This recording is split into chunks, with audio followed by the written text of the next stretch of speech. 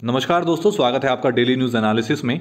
This video series is presented to you by Ethik IAS. इस video series में हम आपके लिए लेकर आए हैं करंट अफेयर्स जो आपके यूपीएससी और स्टेट एग्जामिनेशंस के लिए बेनिफिशियल रहेंगे। आज है 18 अक्टूबर 2022 और आज हम करने वाले हैं दो न्यूज़ का एनालिसिस। सबसे पहले हम पढ़ेंगे एनपीए के बारे में और वो किस तरीके से बैंक उसे गवर्न करता है। ये आपके जीएस के थर्ड पेपर से संबंधित है, इकोनॉमी का पार्ट है, प्रीलिम्स एग्जाम के लिए इंपॉर्टेंट है। दूसरा हम पढ़ेंगे पसमंदा मुस्लिम्स के बारे में और ये अभी न्यूज़ में क्यों है। जीएस के फर्स्ट पेपर से संबंधित है, कल्चर का पार्ट है, और जीएस के सेकंड पेपर से भी संबंधित है, सोशल इशू को ध्यान में रखते हुए। ये आपके प्रीलिम्स एग्जाम के लिए भी इंपॉर्टेंट है। वीडियो में आगे बढ़ने से पहले मैं आपसे रिक्वेस्ट करूंगा कि आप इस चैनल को सब्सक्राइब कीजिए और बेल आइकन जरूर दबाइए ताकि आपको नोटिफिकेशन मिल सके। अब बात करते हैं अपनी पहली न्यूज़ के बारे में। तो देखिए, इंडियन एक्सप्रेस के अंदर एक आर्टिकल छपा है एनपीएस को रिगार्डिंग कि जो एनपीएस हैं मतलब नॉन परफॉर्मिंग एसेट्स हैं, वो उनका क्या ग्राफ रहा है, वो भारत के अंदर किस तरीके से बढ़े हैं, अभी क्या रेट एनपीएस का चल रहा है। अगर हम इंडियन बैंकिंग सिस्टम की बात करें तो हमने एक बहुत बड़ा सिग्निफिकेंट चैलेंज हम फेस करा है हमने 2011 के बाद से, क्योंकि जो एनपीएस हैं वो 2011 के बाद बहुत ज़्यादा बढ़े हैं। तो हम इस आर्टिकल में, हम इस न्यूज़ में ये पढ़ने वाले हैं कि इसके फैक्चुअल एस्पेक्ट्स क्या रहे हैं, भारतीय इकोनॉमी पे इसका क्या इम्पैक्ट रहा है। इसका एडिटोरियल आया था इंडियन एक्सप्रेस के अंदर। अब देखिए, इसके बारे में सबसे पहले ये जान लेना जरूरी है कि एनपीए बेसिकली होता क्या है। एनपीए का मतलब होता है नॉन परफॉर्मिंग एसेट। मतलब कि मान लीजिए अगर आपने बैंक से कोई लोन लिया है और आपको वो लोन मिला है सिर्फ 1 महीने के लिए, 1 महीने के बाद आपको वो लोन और उस लोन पर लगने वाला इंटरेस्ट चुकाना है और आप वो लोन नहीं चुकाते हैं, यहाँ तक कि ना कोई इंटरेस्ट पे करते हैं और एक समय बीत जाता है 90 दिनों का। तो 90 दिन बीत जाने के बाद आपको दिया गया वो लोन एक नॉन परफॉर्मिंग एसेट के रूप में कहलाया जाएगा, चाहे वो लोन हो या एडवांस हो। अब जो बैंक हैं, बैंक से कहा गया है कि जो नॉन परफॉर्मिंग एसेट्स हैं आप उनको क्लासिफाई कीजिए 3 कैटेगरीज के अंदर। जो कैटेगरीज हैं सबस्टैंडर्ड, डाउटफुल और लॉस एसेट्स। तो इसके अंदर जो सबसे पहली आपकी सबस्टैंडर्ड एसेट्स हैं, ये कौन से हैं? ये वो नॉन परफॉर्मिंग एसेट्स हैं जो 12 महीने या उससे कम समय तक, मान लीजिए 1 साल के लिए आपने लोन लिया और उसके बाद आपने अगले 12 महीने तक ना ही कोई इंटरेस्ट जमा किया है ना प्रिंसिपल अमाउंट जमा की है, तो ये कैटेगरी आती है आपकी सब स्टैंडर्ड एसेट्स के बीच में। दूसरा फिर आती है डाउटफुल एसेट्स। डाउटफुल एसेट वो होते हैं, आपका सब स्टैंडर्ड एसेट कैटेगरी के अंदर आप आ चुके हैं 1 साल, मान लीजिए आपने लोन लिया 1 साल का, 1 साल तक आपने लोन नहीं भरा, उसके बाद आप आ गए सब स्टैंडर्ड एसेट के बीच। अब जब सब स्टैंडर्ड कैटेगरी में आप आ गए, उस कैटेगरी में भी आप 12 महीने रह चुके हैं, तो वे 12 महीने गुजरने के बाद आप आ जाते हैं डाउटफुल एसेट की कैटेगरी के अंदर। फिर आती है लॉस एसेट्स की कैटेगरी। जो लॉस एसेट्स हैं, आरबीआई के हिसाब से, आरबीआई इसको डिफाइन कुछ इस प्रकार करती है कि जो लॉस एसेट्स हैं ये अनकलेक्टेबल हैं, मतलब अब इनको कलेक्ट नहीं किया जा सकता। जिस भी पर्सन ने 2 साल तक कोई इंटरेस्ट नहीं दिया है या लोन नहीं दिया है, इसका मतलब ये है कि वो उस लोन को देना भी नहीं चाहता है। अब वो बैंक के लिए एक असेट नहीं रहा है, वारंटेड नहीं है, क्योंकि अब इसके लिए कहीं ना कहीं कुछ रिकवरी जरूर की जाएगी लेकिन इसको कंप्लीटली रिकवर नहीं किया जा सकता। अब हम बात करें कि एनपीए का जो ट्रेंड है ये पहले तो इतना ज़्यादा नहीं था, लेकिन ये कब बहुत ज़्यादा तेज़ी से बढ़ा है। तो देखिए 2000 के अगर लेट 2000 की हम बात करें तो जो एनपीए है ये ग्रोस एडवांस जो है इसका वो बेसिकली डिक्रीज हुआ था लगभग 3.5% तक। एक डाउनवर्ड ट्रेंड में ये चल रहा था, लेकिन 2011 के बाद से 2016 तक ये बहुत ज़्यादा तेज़ी से बढ़ा है और ये अपने पीक पर गया है इसी बीच में 11.18% पर फिस्कल ईयर ख़त्म होते होते 2018 का। तो आप खुद सोच सकते हैं कि ये 3.5 से 11.18 तक गया है, कितने ज़्यादा नॉन परफॉर्मिंग एसेट्स इस बीच में रहे होंगे। एनपीए जो है ये बेसिकली अगर हम 2022 की बात करें तो ये फिलहाल कम है, ये रिड्यूस्ड है 6% तक। अब ऐसा क्या कारण रहा है कि इस बीच में इतना ज़्यादा एनपीए जो है वो बढ़ा है 2011 से 16 के बीच में? तो देखिए इसके कई कारण रहे हैं। सबसे पहला तो जो हमारे पब्लिक सेक्टर बैंक्स हैं, इन्होंने जो लोन दिए हैं, जितनी भी गवर्नमेंट ओनरशिप के अंडर इन्होंने लोन दिए हैं, उसका बहुत ही पुअर मैनेजमेंट हुआ है। उसका जो गवर्नेंस इशू है वो इतना ज़्यादा रहा है कि उसको ट्रैक ही नहीं किया गया। किसी को भी लोन दे दिया गया, वो लोन वापस नहीं दे पाया, तो वो नॉन परफॉर्मिंग एसेट बन गया। इसी के साथ साथ जो आपके सेंसिटिव मार्केट्स हैं उन्हें हाईली एक्सपोजर दिया गया, जैसे आयरन, स्टील और टेक्सटाइल्स। अब क्योंकि उस समय इकोनॉमी के अंदर कुछ क्राइसिस ऐसे भी चल रहे थे जिसकी वजह से ये जो मार्केट है ये बहुत ज़्यादा डाउन गया, और जितना लोन इन कंपनीज ने लिया हुआ था ये उसे पे ही नहीं कर पाए। अब इसी के साथ साथ जो बिजनेस मॉडल था उसके जो डिफरेंसेस थे उसकी वजह से भी बहुत ज़्यादा एनपीए क्रिएट हुए हैं। बिजनेस मॉडल के डिफरेंसेस का मतलब क्या है? देखिए गवर्नमेंट क्या करती है, जब गवर्नमेंट को रूरल इकोनॉमी के अंदर पैसे का फ्लो बढ़ाना रहता है तो गवर्नमेंट स्कीम्स निकालती है जिसके थ्रू गांव में या रूरल एरियाज़ में गवर्नमेंट लोगों को लोन प्रोवाइड करवाती है बहुत कम इंटरेस्ट रेट्स पर। लेकिन अगर आप रूरल इकोनॉमी की बात करें जहां पर लोगों के पास बहुत ज़्यादा अर्निंग सोर्सेस नहीं हैं, अगर आपने उन्हें लोन प्रोवाइड करवा दिया और वो उस पैसे का इस्तेमाल इस प्रकार नहीं कर पाए कि कोई एसेट क्रिएट कर सकें, तो वो बाद में उस लोन को रीपे नहीं कर पाते हैं क्योंकि उनके पास इतना कैपिटल है ही नहीं। तो इस तरीके के मॉडल यूज़ किए हैं गवर्नमेंट ने ताकि जो पब्लिक सेक्टर बैंक है वो कैटर करें पुअर सेगमेंट को भी। अब पुअर सेगमेंट लोन ले तो लेता है लेकिन वो उसे रीपे नहीं कर पाता।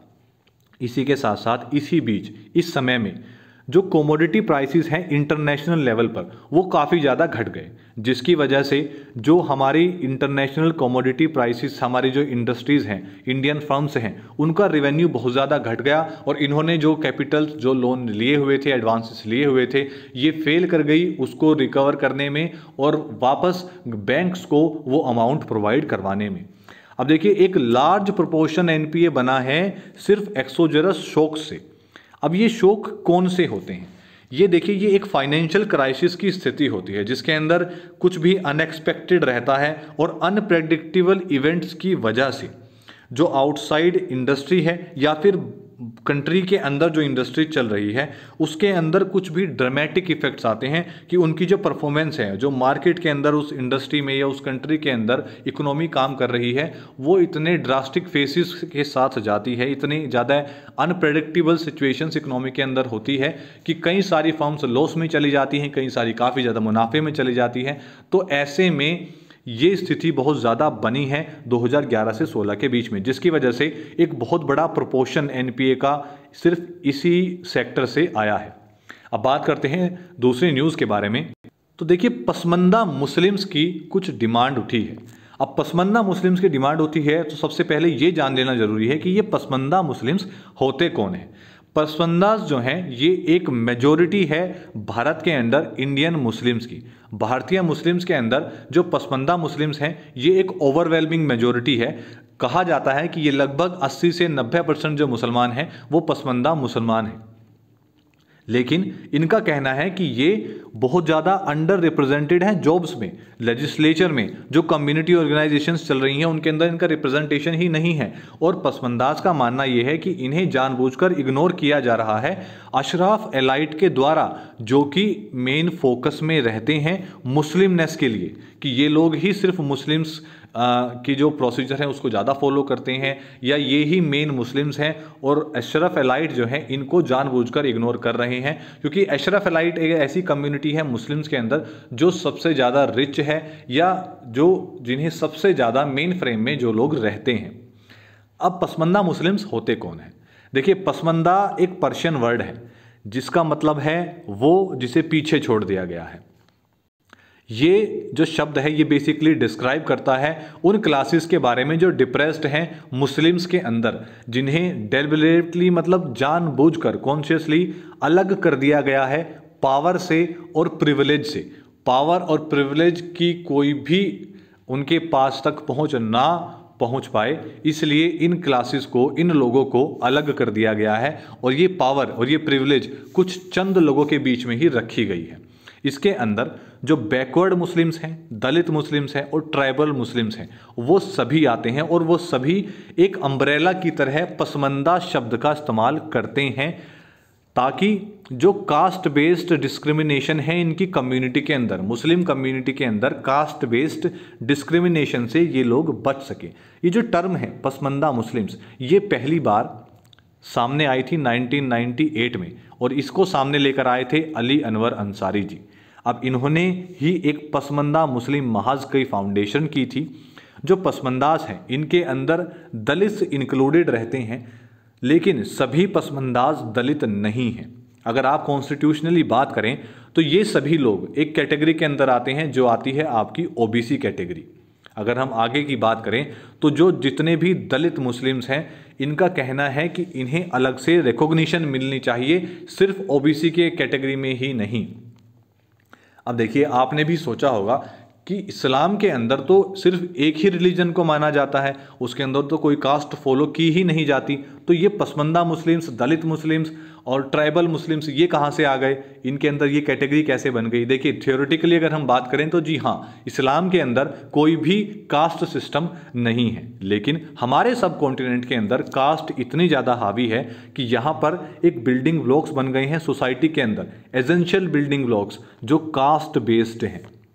अब जो फंडामेंटल बेसिस है सोशल ऑर्गेनाइजेशन का, वो भी कास्ट बेस्ड है हमारे सब कॉन्टिनेंट के अंदर। जितने भी रिलीजन्स हैं सभी के अंदर एक इगैलिटेरियन एथोस है, जिनकी जो प्रैक्टिसेस है वो कास्ट के हिसाब से डिवाइडेड की गई है भारत के अंदर। अगर हम बात करें इस्लाम की, तो इस्लाम के अंदर इस तरीके का कोई मैंडेट नहीं है कि आपको कोई सोशल हायरार्की क्रिएट करनी है, इस तरीके की कोई बात इस्लाम के अंदर नहीं कही गई है। लेकिन जो अनडिवाइडेड ग्लोबल ये बेसिकली मानते हैं कि हम सभी लोग अनडिवाइडेड एक उम्मा को फॉलो करते हैं, इनका जो एग्जिस्टेंस है वो कास्ट कैटेगरीज से अलग है। लेकिन भारत की जो बात करें तो भारत के अंदर इनका एग्जिस्टेंस कास्ट कैटेगरीज पे डिपेंडेंट है, इनकी एक लिविंग रियलिटी है मुस्लिम्स की भारत के अंदर। तो अगर हम बात करें कि ठीक है, अगर ये लोग डिवाइडेड हैं कास्ट में, तो इनकी क्या कास्ट होती है, इन्हें कैसे डिवाइड किया जाता है। तो देखिए, भारतीय मुस्लिम सोसाइटी के अंदर जो मेन क्लासिफिकेशन है वो तीन लोगों का, तीन कैटेगरीज में क्लासिफाई किए जाते हैं। सबसे पहले होते हैं आपके अशरफ्स, दूसरे अशरफ जिन्हें आप नोबल इलाइट कहते हैं या सम्मानीय वंश कहते हैं, ऑनरेबल वंश। दूसरे फिर आपके आते हैं अजलाफ्स जो कि बैकवर्ड मुस्लिम्स हैं। फिर आते हैं अर्जाल्स जिन्हें दलित मुस्लिम कहा जाता है। अगर हम बात करें सिर्फ और सिर्फ अशराफ्स की, तो अशराफ जो है ये क्लेम करते हैं कि ये जो इस्लामिक होमलैंड है अरेबिया, पर्शिया, टर्की, अफगानिस्तान, ये उनके डिसेंडेंट्स हैं। ये मुस्लिम्स वो हैं जो इनके डिसेंडेंट्स हैं, ये जिनका सरनेम सैयद, शेख, मुगल और पठान है। ये सभी लोग कहते हैं कि हम उन मुसलमानों के डिसेंडेंट हैं जो अरेबिया से आए हैं, जो पर्शिया, टर्की और अफगानिस्तान में रहते हैं, या फिर वो लोग जो अपर कास्ट कन्वर्ट हुए हैं हिंदुइज्म से, जैसे राजपूत हैं, गौर हैं, या फिर त्यागी मुस्लिम से हैं। ये लोग आते हैं अशराफ्स की कैटेगरी में। दूसरे हैं अजलाफ्स। अजलाफ्स वो मिडिल का क्लास लोग हैं जो कन्वर्ट हुए हैं और जिनका ऑक्यूपेशन बेसिकली, उनके जो रिचुअल्स हैं वो साफ़ सफाई से संबंधित हैं, जिन्हें मोमिन्स कहा जाता है। जो जैसे जुलाहा हो गए, वीवर्स, दर्जी जो हैं, इदरीज, टेलर्स जिन्हें कहा जाता है, उसी के साथ साथ कुंजारास जो वेजिटेबल सेलर्स हैं, वो आते हैं अजलाफ्स की कैटेगरी में। फिर तीसरी कैटेगरी आपकी आती है जिसे कहा जाता है अर्जाल्स। अर्जाल्स जो कैटेगरी है ट्रेडिशनली ये कैटेगरी थी ही नहीं, ये कैटेगरी बेसिकली 1901 में रिकॉर्ड की गई थी, 1901 के सेंसस में। इसमें कहा गया कि ये ऐसे लोग हैं जिन्हें अनटचेबल कास्टिस कहा जाता है, लोवेस्ट ऑफ द लोवेस्ट। इसके अंदर आते हैं आपके हलाल खोर्स जो हिलाज हैं, मतलब जितने भी स्केवेंजर्स हैं, भंगी जिन्हें कहते हैं, धोबी होते हैं, जो बार्बर्स हैं, हजाम्स जिन्हें कहा जाता है, नाई कहा जाता है, या बुचर्स हैं, फ़कीर्स हैं, वो इस कैटेगरी के अंदर आते हैं। अब क्या इन कैटेगरीज के लिए या कुछ इस तरीके की कमेटी बनाई गई है जिसके अंदर इनको स्टडी किया गया हो, इनकी सोशल और इकोनॉमिक और एजुकेशनल कंडीशंस को? तो भारत के अंदर 2005 में एक राजेंद्र सच्चार कमेटी बनाई गई ताकि इंडियन मुस्लिम्स की सोशल, इकोनॉमिक और एजुकेशनल कंडीशंस के बारे में स्टडी किया जा सके। तो ये रिपोर्ट कहती है कि भारत के अंदर मुस्लिम्स 3 ग्रुप्स में डिवाइडेड हैं। पहले उनकी सोशल डिसेबिलिटीज़ के हिसाब से, जिन्हें अशरफ्स कहा जाता है। दूसरे जो भारत के हिंदुओं के इक्विवेलेंट हैं, उन हिंदुओं के जो ओबीसी कैटेगरी के अंदर आते हैं, मुसलमानों में इन्हें अजलाफ कहा जाता है। और तीसरा जो भारत हिंदुओं की एससी कैटेगरी के अंदर आते हैं, मुसलमानों के अंदर इन्हें अर्जाल्स कहा जाता है। और जो लोग मुस्लिम ओबीसी के अंदर आते हैं, इसके अंदर अजलाफ्स और अर्जाल्स ये दोनों आते हैं। सच्चार कमेटी का कहना ये है कि जो ओबीसी के अंदर एससी एसटी मुस्लिम्स हैं, ओबीसी और एससी एसटी मुस्लिम्स को मिलाकर ये ओवरऑल मुस्लिम पॉपुलेशन का 40% है। ये रिपोर्ट दी गई थी 2004 और 2005 के बीच में, ये बात कही गई थी। लेकिन जो पसमंदा एक्टिविस्ट हैं उनका कहना है कि जो स्कॉलर्स हैं, हमारी जो पॉपुलेशन है, मतलब पसमंदा मुस्लिम्स की पॉपुलेशन जो है वो मुस्लिम पॉपुलेशन की 80 से 85% है भारत की। और ये कहते हैं कि 1871 के सेंसस को ध्यान में अगर आप देखें तो अपर क्लास जो मुस्लिम्स हैं वो मात्र 19% है भारत के अंदर। इसके बाद जस्टिस रघुनाथ मिश्रा कमीशन बनाया गया, जिन्होंने अपनी रिपोर्ट सबमिट की 2007 में मई में। इन्होंने नोट किया कि जो कास्ट सिस्टम है रिलीजियस कम्युनिटीज़ के अंदर भारत में, ये बहुत ज़्यादा इम्पैक्ट करता है और ये मुस्लिम्स को भी इंक्लूड करता है, क्योंकि मुस्लिम्स के अंदर भी ये कास्ट सिस्टम बहुत ज़्यादा हद तक अपनी जड़ें जमा चुका है। अब देखिए पसमंदा मुस्लिम्स इस समय न्यूज़ में क्यों हैं और उनकी क्या मांगे उठी हैं। पसमंदा जो एक्टिविस्ट हैं, इनका कहना है कि हमारी ओवरवेलमिंग मेजॉरिटी होने के बावजूद भी ये हमें अंडर रिप्रेजेंटेड रखा गया है, हमें जॉब्स इतनी ज़्यादा नहीं दी गई हैं, लेजिस्लेचर में हमारा रिप्रेजेंटेशन नहीं है। जो माइनॉरिटी इंस्टीट्यूशंस हैं जिन्हें गवर्नमेंट रन कर रही है, उनमें भी हमारा रिप्रेजेंटेशन नहीं है। जितनी भी ऑर्गेनाइजेशंस कम्युनिटी के द्वारा चलाई जा रही हैं, उसमें भी हमें रिप्रेजेंट नहीं किया जाता। जो मेजर पसमंदा डिमांड है उसके अंदर ये इंक्लूड किया गया है कि एक कास्ट सेंसस किया जाए, ताकि जो एग्जिस्टिंग रिजर्वेशन कैटेगरीज है उसको रिस्ट्रक्चर किया जा सके और जितने भी कलाकार हैं उनको स्टेट से सपोर्ट मिल सके। जो क्राफ्ट पर्सन्स हैं या फिर जो एग्रीकल्चर लेबर्स हैं या फिर वो लोग जो इंडियन मुस्लिम्स हैं और वो बहुत ज़्यादा इम्पवरिश्ड हैं, उनके पास रहने खाने के लिए भी जगह नहीं है।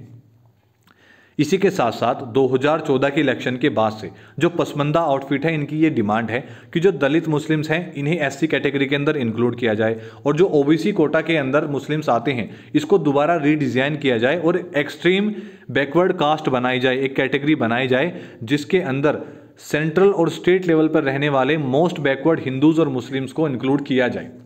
तो आज के लिए सिर्फ इतना ही। वीडियो आपको कैसी लगी इसके बारे में कमेंट डाउन जरूर कीजिएगा और वीडियो को लाइक कीजिए, शेयर कीजिए, चैनल को सब्सक्राइब कीजिए, बेल आइकन जरूर दबाइए ताकि आपको नोटिफिकेशन मिल सके। धन्यवाद।